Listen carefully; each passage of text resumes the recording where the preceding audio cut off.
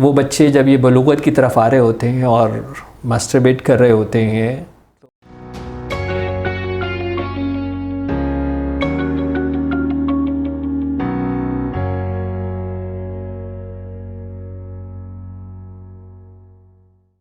Ask doctor Imran sex therapy segment में सवाल ये है कि क्या मास्टरबेशन का ताल्लुक़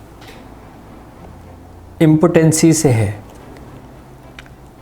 यानी अगर जो लोग मास्टरबेट ज़्यादा करते हैं या शादी से पहले करते रहे हैं तो क्या उसकी वजह से नामर्द हो सकते हैं।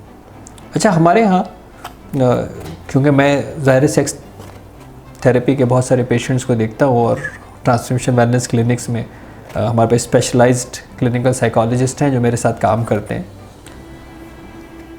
तो नामर्द की भी एक डिफरेंट लोगों की डिफरेंट डेफिनेशंस हैं। यानी वो जो तौलीदी निज़ाम जिनका सही काम नहीं करता, यानी इसका मतलब है कि वो बाप नहीं बन सकते, उसको आप नामर्द कहते हैं। या आप इरेक्शन मेंटेन नहीं कर पाते हैं जिसको हम इरेक्टाइल डिसफंक्शन कहते हैं, क्या आप उसको नामर्दगी कहते हैं। या फिर आप अपनी टाइमिंग को मेंटेन नहीं कर पाते हैं और आप बहुत जल्द फारिग हो जाते हैं जिसकी वजह से आप प्रीमेच्योर एजैकुलेशन पे चले जाते हैं, क्या आप उसको नामर्दगी कहते हैं।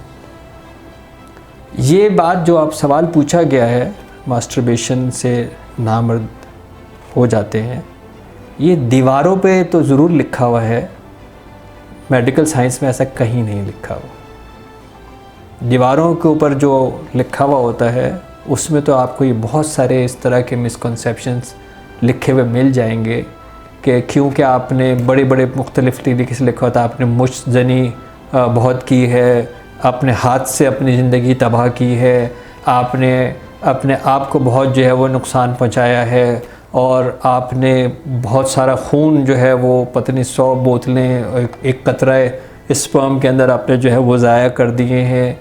तो इसकी वजह से ये जो आपको नामर्दगी हो गई है आपकी, वो इसकी वजह से हो गई है। तो जैसे मैंने आपको कहा कि ये चूरन कुश्ते और इस तरह की कोई टोटके बेचने के लिए दीवारों पे तो लिखा जा सकता है, साइंस की किताब में ऐसा कुछ नहीं है।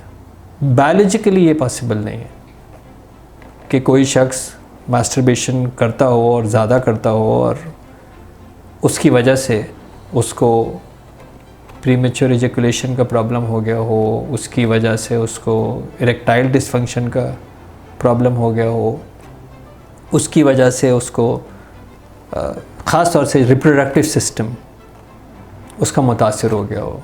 प्रीमेच्योर एजैकुलेशन के अंदर कहीं कहीं ये रीज़न बनता है कि क्योंकि ज़ाहिर है हमारे माशरे के अंदर ये काम छुप के ही होता है और छुप के ही होना चाहिए ये सारा काम।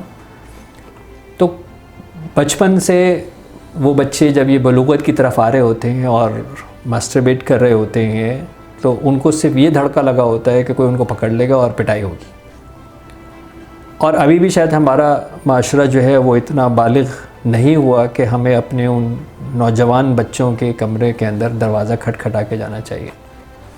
वो ऐसा ही होता है कि माँ बाप या कोई इसने छापा मारना है और उनको रंगे हाथों पकड़ना है, तो उसकी वजह से क्या होता है कि वो उस काम को जल्दी करने की कोशिश करते हैं।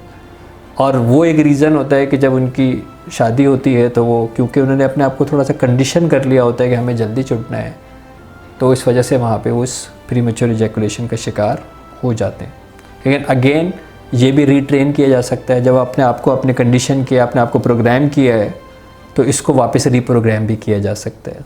लेकिन इसकी वजह से मेरा रिप्रोडक्टिव सिस्टम ख़त्म हो जाए, इसकी वजह से ये कि मेरे अंदर ये जितना स्पर्म का ख़जाना था ये मैं सारा बहा चुका हूँ, अब मेरे अंदर कुछ भी नहीं बचा है। क्योंकि मेरे पास इस तरह के लोग आते हैं और आगे कहते हैं डॉक्टर साहब अब तो मैं बिल्कुल ही सूख गया हूँ, मैंने सब ज़ाया कर दिया जवानी के अंदर। मैंने कहा अच्छा, ये सारा जवानी के अंदर ज़ाया हो सकता है।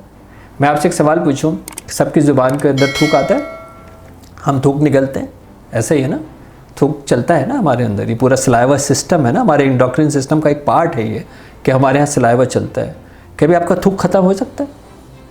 कभी ऐसा होता है कि यार मैंने बचपन में पान खा के और मावा खा के और इतना थूका था कि मेरा थूक ख़त्म हो गया। कभी सुना है आपने इस तरह की कोई बात कि मेरा इसलिए ख़त्म हो गया थूक के, क्योंकि मैं बचपन में सारा थूक चुका हूँ और मैं जवानी में मैं सारा थूक चुका हूँ? कभी सुना है आपने इस तरह का? तो इसका भी ऐसा ही है कि आपके इस एक्सेसिव मास्टरबेशन करने की वजह से आपका इम्पोटेंसी, जिसको हम रिप्रोडक्टिव सिस्टम से या रिप्रोडक्शन से या तौलीदी निज़ाम के साथ अटैच करते हैं, उसका कोई ताल्लुक़ नहीं है। ये मिसकंसेप्शन है। और अगेन जब ये इंस्टॉल हो जाता है तो हम उसको प्रोग्राम कर लेते हैं, और इसीलिए फिर आप transformation wellness clinic therapy centre के अंदर आते हैं, सेक्स थेरेपी के अंदर आते हैं, ताकि हम उसको रीप्रोग्राम कर सकें।